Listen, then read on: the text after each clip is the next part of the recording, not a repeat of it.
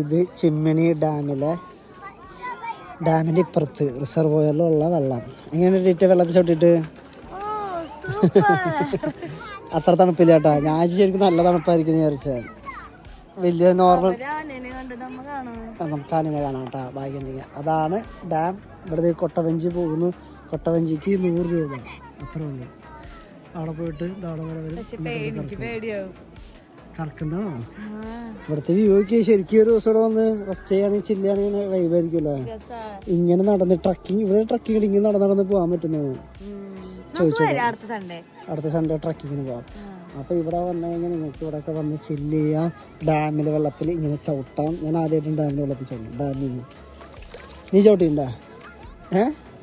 മഴ പെയ്യാൻ വേണ്ടി ഡിറ്റ് നമുക്ക് ചെറുപ്പം പണി കിട്ടും. ഡിറ്റ് വെള്ളമായിട്ട് പ്രേതമായിട്ട് വന്നേക്കുന്നു. എങ്ങനെയുണ്ട്? നൈസല്ലേ?